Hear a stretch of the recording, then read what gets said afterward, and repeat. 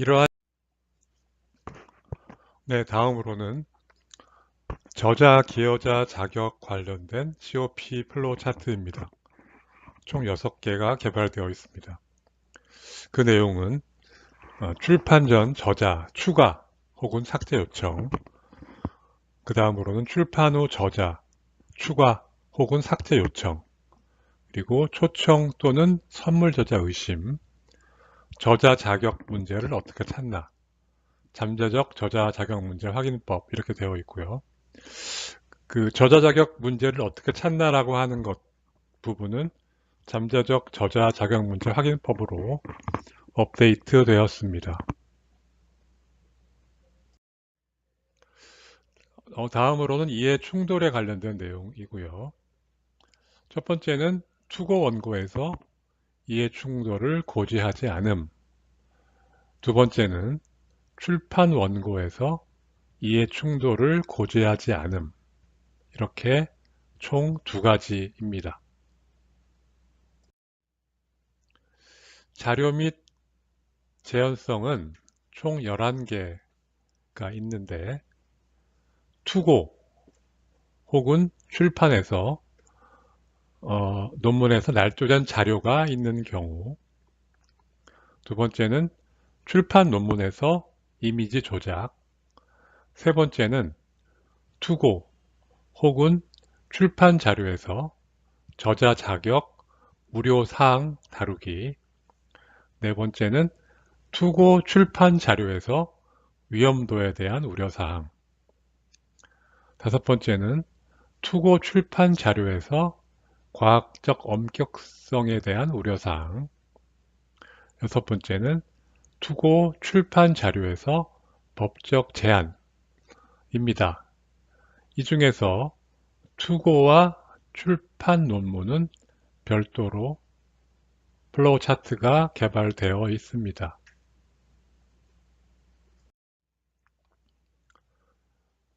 다음으로는 윤리 감시와 지적 재산권에 대한 내용입니다. 윤리 감시는 투고된 원고에서 윤리적 문제 의심이라고 하는 COP 플로우 차트가 있고요.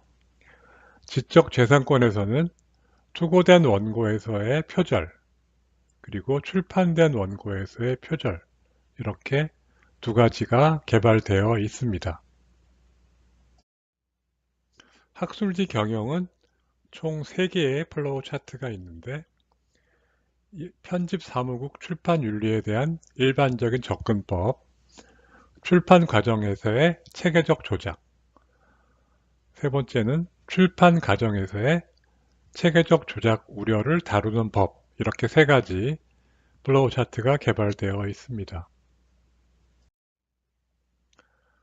동료 심사 과정에서는 4개의 플로우 차트가 개발되어 있는데 동료 심사 요청 받을 때 고려할 사항, 동료 심사 도중 심사 조작 의심, 출판 후 심사 조작 의심, 동료 심사 과정에서 잠재적 심사 조작 확인법, 이렇게 4가지 플로우 차트가 있습니다.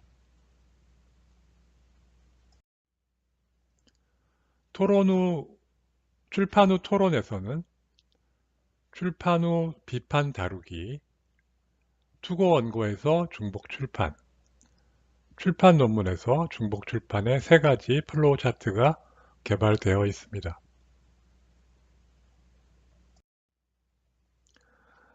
현재 우리나라에서는 우리나라 한국말로 2015년에 개발된 플로우 차트까지는 번역이 돼서 의편협 웹사이트와 과편협 웹사이트에 게시가 되어 있습니다.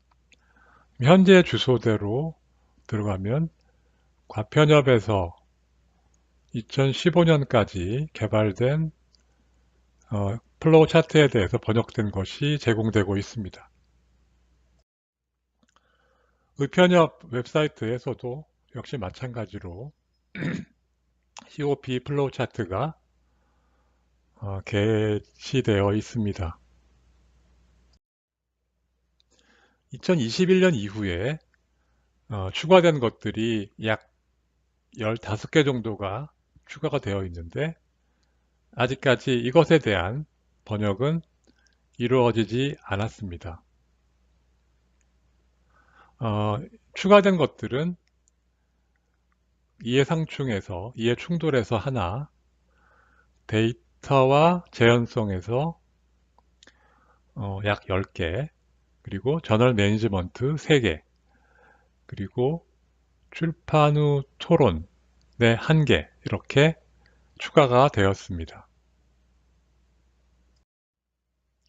추가된 플로우 차트의 번역은 총 13종에 대해서 COP에 연락해서 번역 허가를 받고 번역 초안을 완료했으며 전문가 검토하여 논문으로 출판 예정으로 되어 있습니다.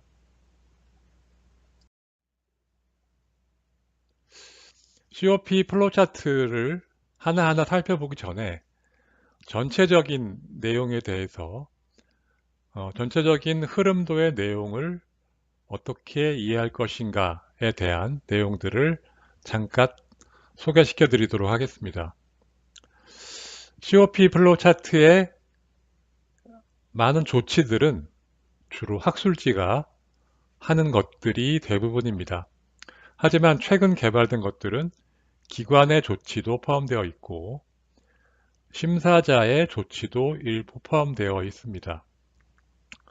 우선 COP 플로우 차트의 출발점은 어떠한 우려사항에 대한 특정 내용이 제기되는 것이고요. 이 제기되는 것들에 대해서 어떤 특정 사안에 대한 내용이 제기가 되면 우선 학술지에서 할 일은 그 제기된 내용이 성격이 무엇이고 얼마나 타당성이 있고 얼마나 심각한가 라고 하는 것들을 조사를 하는 것을 우선시하고 있습니다. 그리고 제소자, 그러니까 우려사항에 해당되는 제소자에게는 반드시 소명을 요청하는 것을 요청해서 그 내용을 판단하는 것으로 하고 있습니다. 소명을 요청했는데 응답이 없으면 계속 응답을 할 때까지 최선의 노력을 하는 것을 강조하고 있고요. 응답이 없으면 해당 제소자의 기관 혹은 해당 제소자의 상관에게 연락하는 것을 포함할 수도 있습니다. 응답에 따라서 혹은 응답한 것에 대한 내용에 따라서 적절한 조치를 취하면 되는데 학술지의 경우는 출판 전인 경우에는 경중을 따져서 심각하지 않으면 수정 후 진행하도록 하고 내용이 심각하면 게재 불가 판정을 하면 되고 출판 후에도 역시 경중에 따라서 코렉션, 정정 기사를 출판하거나 리트렉션, 논문 취소를 하도록 하고 있습니다. 그리고 미스컨덕, 연구 부정행위에 대해서는 조사는 주로 기관에서 시행을 하게 되고 학술지는 정보를 제공하고 조사 결과에 따른 행동을 하는 것을 강조하고 있습니다. 그러면 지금부터는 각 영역별 내용을 소개시켜 드리도록 하겠습니다. 앞서 말씀드린 것과 같이 연구 부정행위 혐의 제기에 대해서는 총 4가지 플로우 차트가 있습니다. 첫 번째, 저자의 아이디어나 데이터가 도용된 것으로 의심되는 경우는 대개 저자가 자신의 논문을 심사한 심사자를 제소하는 경우가 될 것이고요. 이 경우는 피어 리뷰 자체가 오픈 피어 리뷰, 즉 공개 심사인지 여부에 따라서 플로우 차트가 진행이 됩니다. 오픈 잘못된 리뷰인 경우에 증거를 수집하고 근거가 없으면 종결하면 되겠죠. 공개된 경우 근거가 있으면 우선 리뷰어에게, 심사자에게 해명을 요구하는 것이 그 다음 단계이고요. 만일 심사자가 해당 사안에 대해서 적절한 해명을 했으면 바로 종결할 수가 있습니다. 하지만 해명을 했지만 그것이 타당하지 않거나 적절하지 않은 경우에는 기관에 조사를 요청하는 것이 일반적인 다음 순서이고요. 그 기관의 조사를 진행하는 동안에는 해당 심사자는 심사에서 배제를 해야 될 것이고, 기관 조사의 내용이 연구 부정 행위가 입증이 되면 해당 리뷰어는 연구 삭제하는 것이 맞겠고, 만일 그 내용에 따라서 현재의 사례, 케이스에 대해서는 케이스 출판을 고려할 수 있겠습니다. 만일 오픈 리뷰가 아닌 경우, 오픈 피어 리뷰가 아닌 것들은 그러면 이 심사자가 그 해당 심사자가 맞는지를 우선 조사를 해봐야 될 것이고요. 저자가 다른 그 실제 잘못을 한 리뷰어를 지적했으면 위에서 얘기했던 내용과 동일하게 진행을 하면 될 것이고, 만약 다른 심사자를 지적한다라고 하면 제소자가 실제 심사자와 특수 관계를 점검하고 실제 심사자에게 소명을 요청하면 됩니다.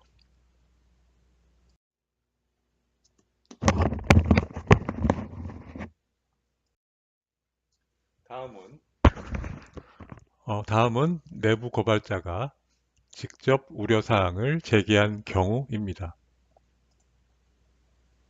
이 경우에는 우선 내부 고발자가 우려사항을 제기했을 때 근거가 혹은 증거가 충분한지 여부를 조사를 해야 되겠죠. 만일 증거가 주장을 뒷받침하게 되면 조사에 착수할 것이라는 것을 알리고 적절한 COP 플로우 차트에 따라서 조사를 진행하고, 조사의 결과에 따라서 정정기사, 논문 취소 등 조치를 하고 그 결과를 알리게 됩니다. 만일 증거가 불충분하거나 입증이 안 되면 추가 요청할 수가 있고, 주장이 애매하고 불확실하면 조사 종결을 요청하게 됩니다. 다음은 소셜미디어를 통해 우려사항이 제기된 경우입니다.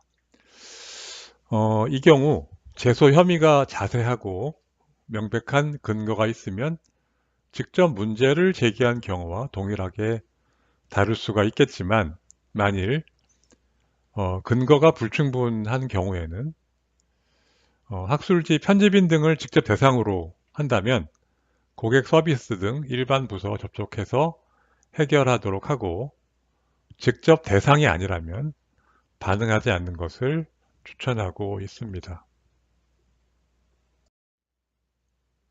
그리고 학술지가 기관에 접촉한 경우, 즉 학술지 편집인 혹은 발행인이 논문의 윤리적 상황이나 문제나 우려사항을 제기한 경우에 기관은 어떻게 처리할 것인가에 대한 내용입니다.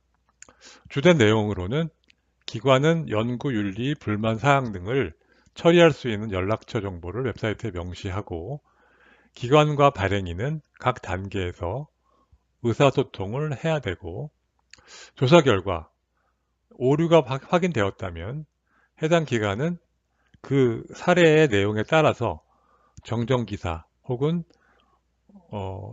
출판 취소 같은 내용들을 권고를 해야 할 것이고, 필요한 경우 정책화 교육을 업데이트해야 합니다. 다음으로는 저자와 기여자 자격에 대한 내용이 되겠고, 앞서 말씀드린 것 같은 플로우 차트들이 있습니다. 우선 출판 전에 저자의 추가나 삭제를 요청한 경우가 되겠고요. 이 경우 모든 저자가 동의를 확인하였다면 수정 후 수정을 한 다음에 심사를 하고 진행을 하게 되고, 동의하지 않는 저자가 있으면 모두 동의할 때까지 보류를 해야 합니다. 출판 후의 경우에는 모든 저자가 동의가 확인된다면 정정 기사를 출판하게 되고, 동의하지 않는 저자가 있으면 모두 동의할 때까지 보류할 수 있고, 끝까지 동의하지 않으면 소속 기관에 판정을 요청할 수가 있고요. 저자 간 자료 해석에 이견이 있으면 저자에게 편지 작성을 요청하고 양쪽 레터를 출판하거나 소수 의견을 출판할 수 있고, 저자 삭제를 계속 요구하고 모두가 동의하면 정정 출판을 고려할 수 있습니다.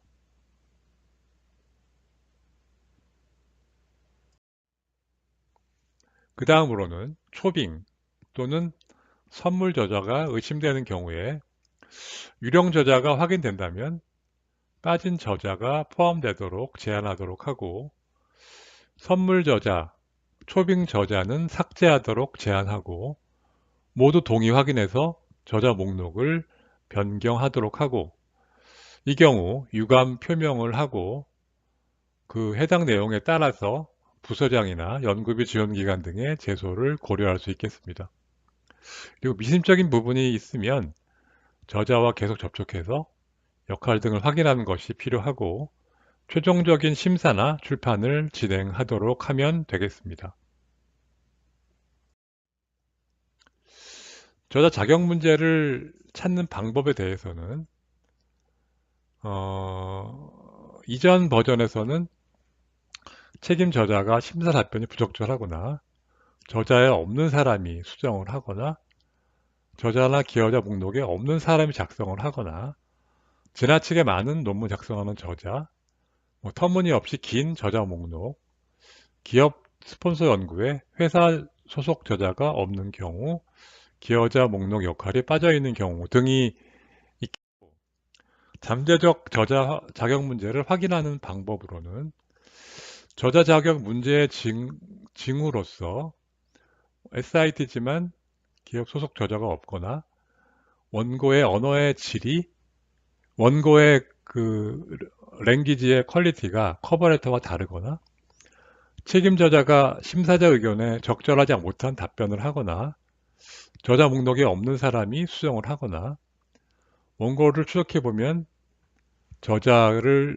추적하거나 삭제한 경우가 있는 경우, 불가능한 프로필의 저자가 있는 경우, 원고 개정 과정에서 알리지 않고 저자를 변경했거나 유사한 여러 논문이 저자가 바뀌어 출판되었거나 유사성 검정을 해서 박사 논문으로부터 하지만 해당 저자가 없는 경우, 기여자의 의심스러운 역할, 저자 리스트가 너무 길거나 짧을 때, 감사의 글이 너무 애매할 때, 관련 없는 연구 분야 저자가 포함되어 있을 때이고, 저자 자격 문제를 최소화하긴 베스트 프랙티스로는 투고를 할 때 기여에 대한 투명성 정책을 채택하고 오키드나 크레딧을 사용하도록 격려하고 의심스러운 행태를 모니터링하는 것을 베스트 프랙티스로서 제안하고 있습니다.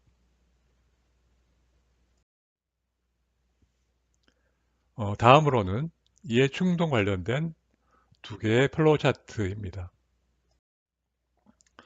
우선 투고 출판 원고에서 이해 충돌을 고지하지 않은 경우, 이 경우에는 저자와 접촉해서 우려사항을 전달하게 되고, 저자가 만일 인정을 하면 해당 내용을 전달하고, 우선 시효화에 따라서 논문 내용이나 심사 내용이 변경할 수 있는지 여부를 판단해서 영향을 받았을 것으로 생각하면 출판 후 변경을 고려하고 기간 고지를 고려하고 논문 취소 혹은 정정기사 출판을 할 수 있습니다.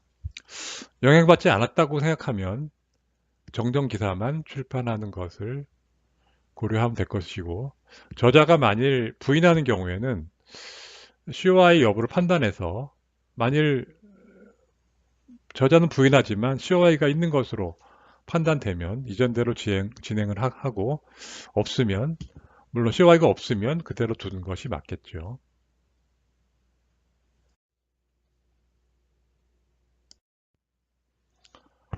네, 다음은 자료와 재현성에 대한 플로우 차트입니다.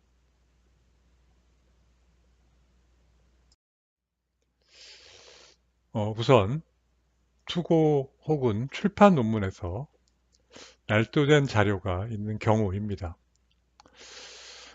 심사자가 해당 원고 혹은 논문이 날조된 것으로 생각해서 제기를 하면 우선 저자와 접촉을 해야 되겠죠. 그래서 저자 접촉 후에 저자가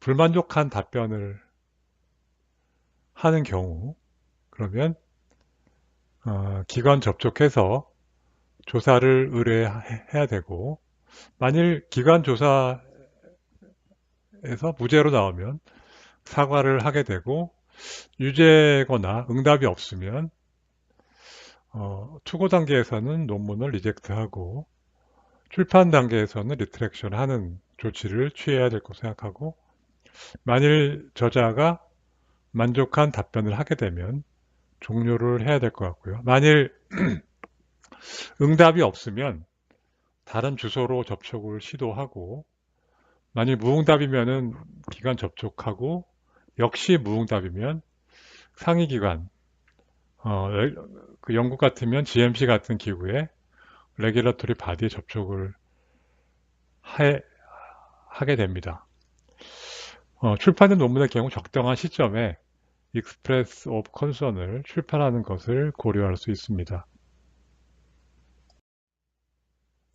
다음은 출판 논문에서 이미지 조작입니다. 독자가 의혹을 제기를 했으면 우선은 학술지에서는 저자와 접촉을 해야 되겠고 소명을 요청해야 될 것으로 생각합니다. 만일 저자의 소명이 만족할 만한 것이었으면 저자에게 사과를 해야 되겠죠. 필요하면 정직한 오류와 같은 경우에는 정정기사를 출판하는 것이 필요하겠고요. 만일 저자의 소명 내용이 불만족스럽다라고 하고, 만일 이미지가 명백히 조작된 것이다 라고 하면 논문 취소를 출판을 하고, 아주 경미한 예외적인 경우에는 정정기사를 출판할 수도 있겠죠. 그리고 조작인 경우에는 상사나 연구 책임자, 저자에게 고지를 하게 되고, 만일 조작이 불확실하면 조사를 진행을 해야 되겠죠. 조사는 소속기관에서 조사를 진행하게 되고, 만일 조사 내용이 무죄라고 하면 사과를 해야 되겠고, 소속기관에서 무응답이면 3, 6개월 간격으로 지속적으로 접촉을 하고, 응답이 없으면 상기관인 ORI나 GMC 등과 접촉을 하는 것이 필요하겠고요. 조사 결과 유죄로 나오면 논문 취소를 출판하고 해당 내용에 대해서 상사나 연구 책임자에게 고지하는 것을 고려해야 합니다. 다음으로는 투고 혹은 출판된 자료, 데이터에서 저자의 자격이나 관련된 우려사항을 다루는 내용입니다. 자료 발행인에게 보통 우려사항이 제기되겠죠. 그러면은 책임 저자에게 우려사항을 전달하고 그런 저자 자격과 관련된 소명을 요청을 해야 되겠죠. 만일 그 저자 자격을 변경을 하겠다라고 응답을 하였으면 메타데이터를 업데이트하고 데이터셋을 갱신하면 될 것이고, 만일 다른 저자들이 동의하지 않으면 데이터셋은 변화하지 않고, 응답이 없으면 만일 그 책임저자가 없으면 공동저자에 접촉하고 응답에 따라서 진행을 하고, 계속 응답이 없으면 만일 저자 순서를 넘어선 우려사항이고 동의에 도달하지 않았으면 저자 소속 혹은 데이터 소유기관에 연락을 고려하는 것이 필요하겠습니다.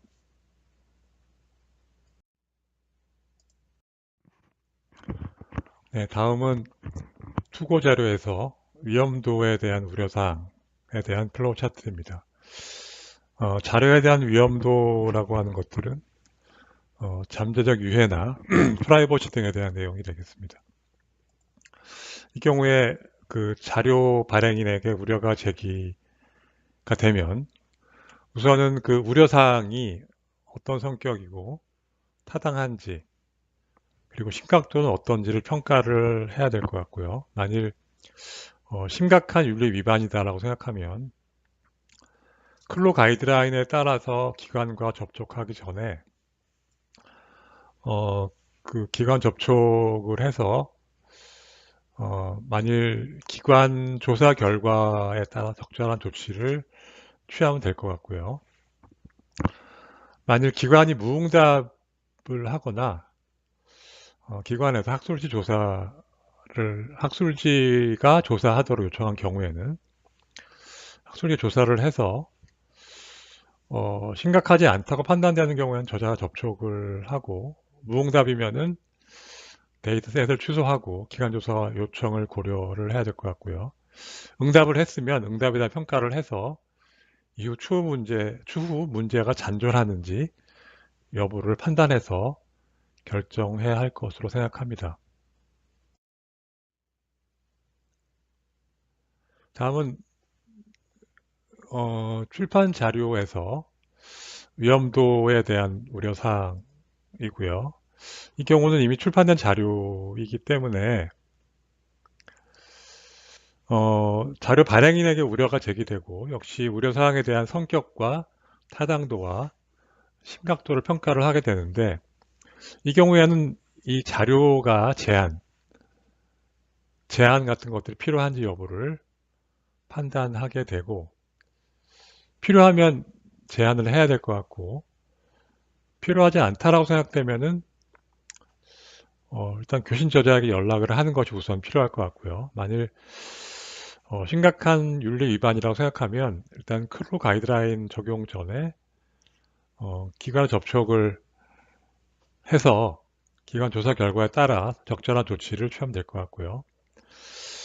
만일 기관이 무응답이거나 학술 조사를 요청한 경우에는 심각하지 않다고 판단되는 경우에는 저자 접촉을 하게 되고, 무응답이면은 데이터셋을 취소하고 기관 조사를 요청을 고려해야 될 것 같고, 응답했다고 하면 응답을 평가해서 이후에 추후 잔존 문제에 대한 여부를 판단하는 것이 필요하겠습니다. 여기에서 아까 크로 가이드라인이라고 하는 것들은 기관과 학술지 간의 그 어떤 연구 윤리에 대한 조사나 할 때 각각에 대한 필요한 조치에 대한 내용이 되겠고, 기관에서는 우선 연구 진실성 평가를 위한 그런 과정 혹은 메커니즘을 개발하는 것이 필요하고, 모든 학술지의 보고서 내용을 공개를 하는 게 필요하고,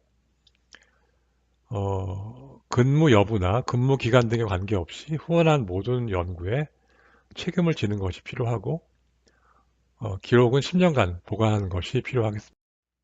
학술지의 경우에는 그 연구 진실성 문제에 대해서 적시에 대응하는 것이 필요하고, 그 연구 진실성 관련 정보 그리고 근거를 기관에 전달할 것인지 여부하고 특정한 유형을 결정하는 기준이 있어야 될 것 같고요.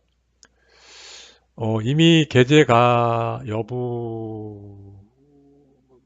됐는지 여부 상관없이 그 연구 질서성 문제를 기관에 전달해야 되고, 동료 심사 조작이나 저자 심사자의 부적절한 행위를 조사하도록 10년간 기록을 보관하는 것이 필요하겠습니다.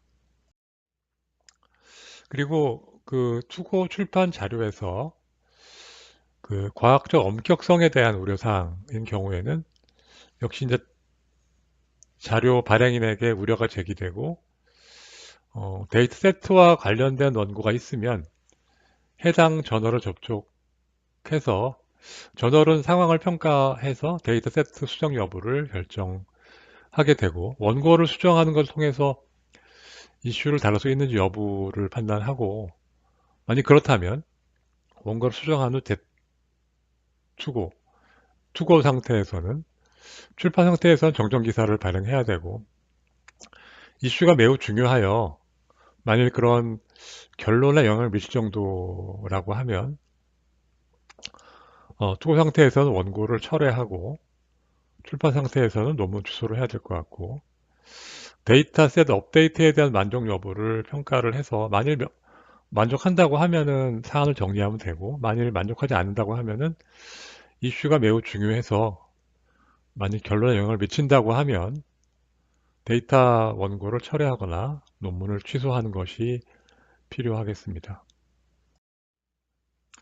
그리고 투고 출판 자료에서 법적 제한에 대한 그런 내용인 경우에 역시 자유 출판사에게 혹은 발행인에게 우려가 제기되는 경우에 데이터 세트와 관련된 원고가 있는지 해당 저널에 접촉을 하게 되고, 저널은 상황을 평가해서 데이터 세트의 수정 여부를 결정하게 되고, 원고를 수정을 하면 해당 이슈를 잘 다룰 수 있는지 여부를 판단해서 만약 그렇다면 원고를 수정한 다음에 재투고 혹은 정정기사를 발행하고, 이슈가 매우 중요해서 만약 결론에 영향을 미칠 정도라고 하면 원고를 투고 상태에서는 원고 철회, 출판 상태에서는 논문 취소를 해야 될 것 같고요.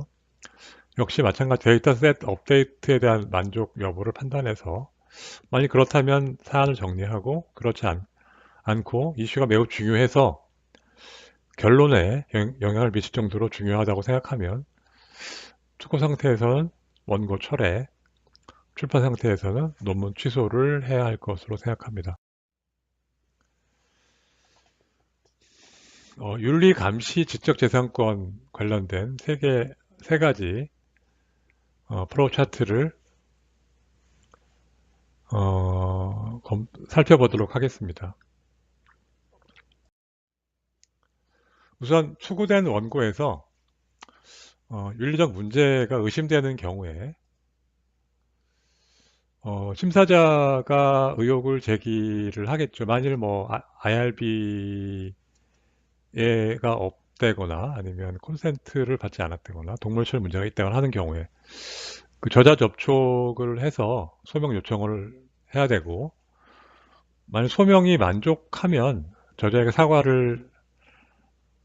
사과하고, 혹시 뭐 필요한지 판단해서 필요하면 그 정정기사를 발행해야 될 것이고요. 만약 응답이 불만족하면 명백한 조작이라고 하면 논문 취소로 출판하게 되고, 이 경우에는 그 상사나 연구 책임자, 저자에게 고지하는 것이 필요할 것이고, 만약 불확실하다고 하면 저자 소속기관에 조사를 요청해서 만약 저자 소속기관에서 조사 내용이 무죄이면 사과를 해야 될 것이고, 만약 무응답이면은 3, 6개월 간격으로 접촉을 해서 응답이 없으면 ORI나 GMC 등에 접촉을 해야 될 것이고, 만일 조사 결과가 유죄로 나오면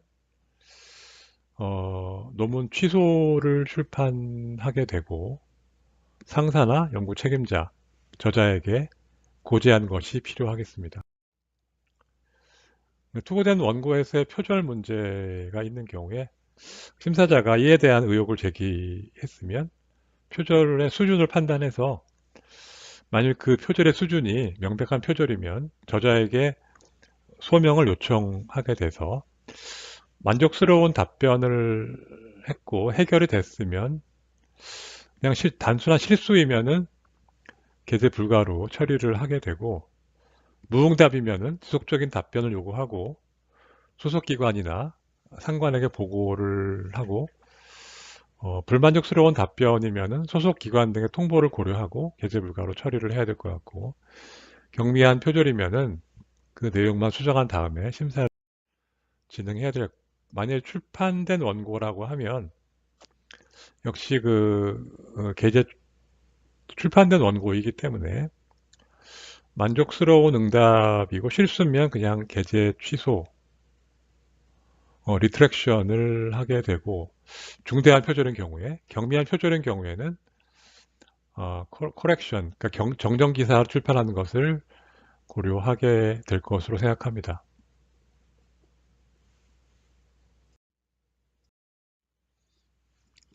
네, 학술지 경영은 세 가지 플로우 차트가 있습니다. 첫 번째는 편집 사무국 출판 윤리에 대한 일반적인 접근법, 두 번째는 출판 과정의 체계적 조작, 그리고 세 번째는 출판 과정의 체계적 조작 우려 다루는 법입니다. 편집 사무국 출판 윤리에 대한 일반적인 접근법은 일단 해당 학술지가 COP 지침을 준수하는지 여부, 혹은 COP 회원인지를 먼저 보게 되고, 만약 그렇다면 현재 과정 평가를 원하는지, 그러면 COP 저널 오디트를 시작하고 결과에 따라서 정책을 개발하거나 링크를 제공하게 됩니다. 만약 그렇지 않다면 기존 학술지이면 투명성 원칙을 따르는지 평가해서 COP 지침에 따라서 편집 과정을 조직하게 되고, 신규 학술지면 COP 코어 프랙티스로 시작해서 이에 따라 저자, 심사자 지침을 마련하고 다른 부분에 대해서도 내부 과정을 만들면 되겠습니다.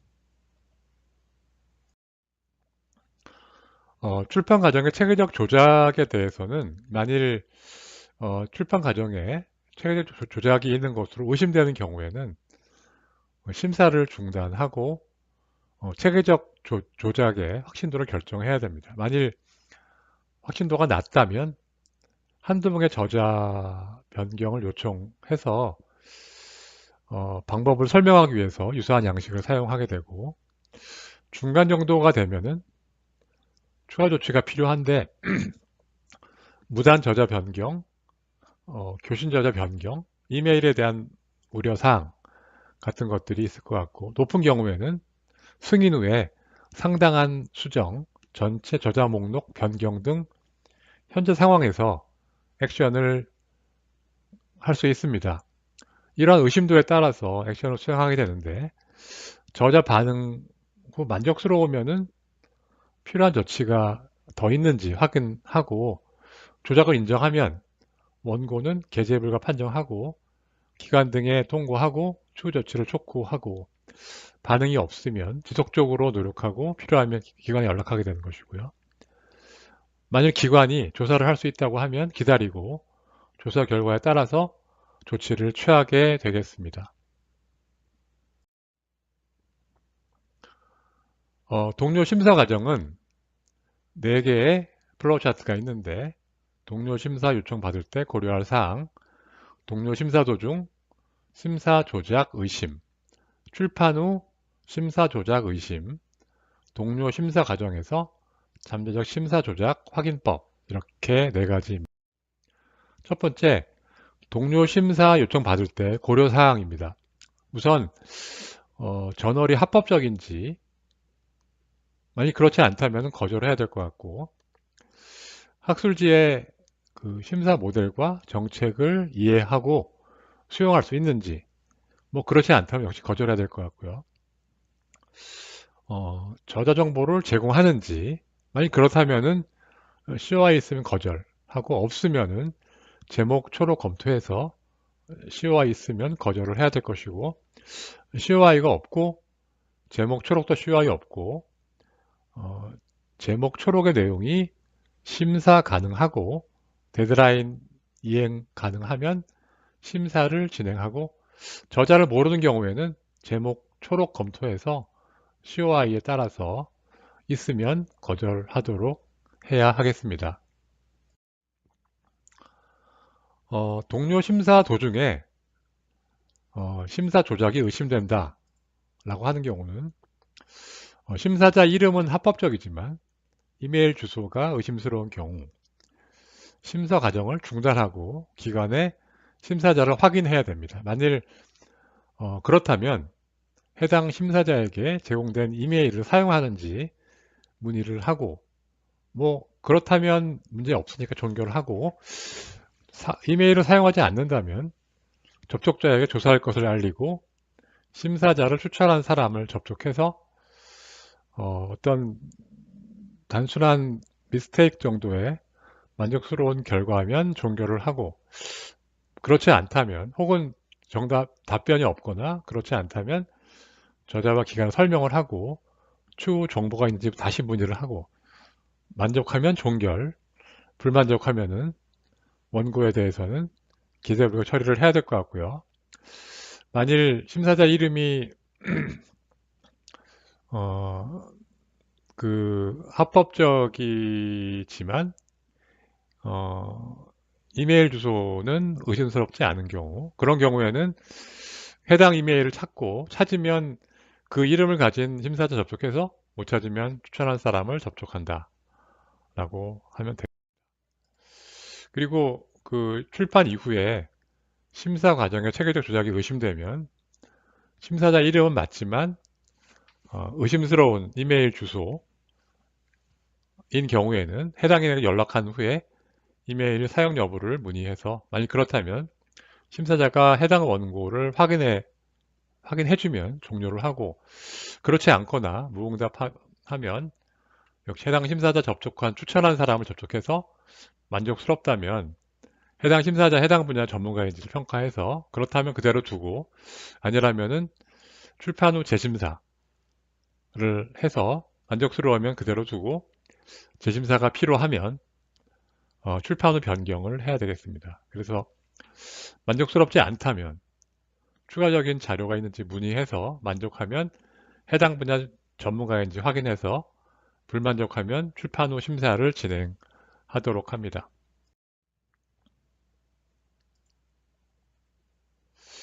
동료 심사 과정에서 잠재적 심사 조작을 확인하는 방법은 의심스러운 심사 활동이 있는지를 확인하는 것인데, 뭐 심사 보고가 다 유사하다든지, 제3 대행사가 참여한다든지, 비기관 이메일을 사용한다든지, 의심스러운 이메일 주소가 있다든지, 원고 주소와 관계없는 기관에서 근무한다든지, IP 주소가 비전형적이라고 하든지, 동료 심사에 대한 과도하게 빠른 응답 같은 것들이 해당이 될 것이고, 베스트 프랙티스는 Submit, Verify, Qualify Behavior라고 하는 4가지 단계로 진행이 되겠습니다.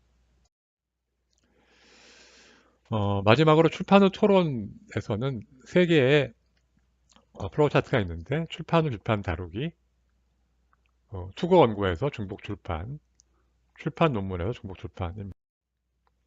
출판 후 비판이 있을 때 해당 비판에 대해서 정책이 있으면 정책에 따라 처리하고, 만약 그 비판이 근거가 있으면 기존 편집인 심사자가 처리하는 걸 적절하게 판단해서,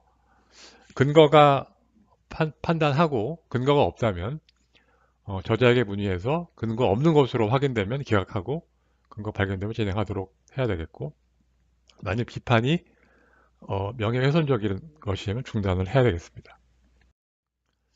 투고 원고에서 중복 출판에 대해서는 심사자 의혹 제기 후 중복의 수준을 판단해서 중대한 중복이면은 저자에게 소명을 요청하고, 만족스러운 응답, 실수이면은 게재 불가로 처리를 하고, 무응답이면 지속적으로 답변을 요구하고 소속기관 상관에게 보고해서, 불만스러운 답변이면 소속기관 등에 통고하고 게재 불가로 처리를 해야 될 것이고, 경미한 중복이면 해당 내용을 수정한 다음에 심사를 진행해야 될 것이고, 출판 논문인 경우에는 동일한 과정으로 진행이 되고, 만족스러운 응답인 경우에 실수, 중대한 중복이지만 실수의 경우에서는 리트렉션만 하고, 경미한 중복이면은 코렉션만 출판을 하게 되고요. 무응답이거나 그런 경우, 불만족스러운 경우에는 동일하게 처리를 해야 됩니다. 이상으로 발표를 마치도록 하겠습니다.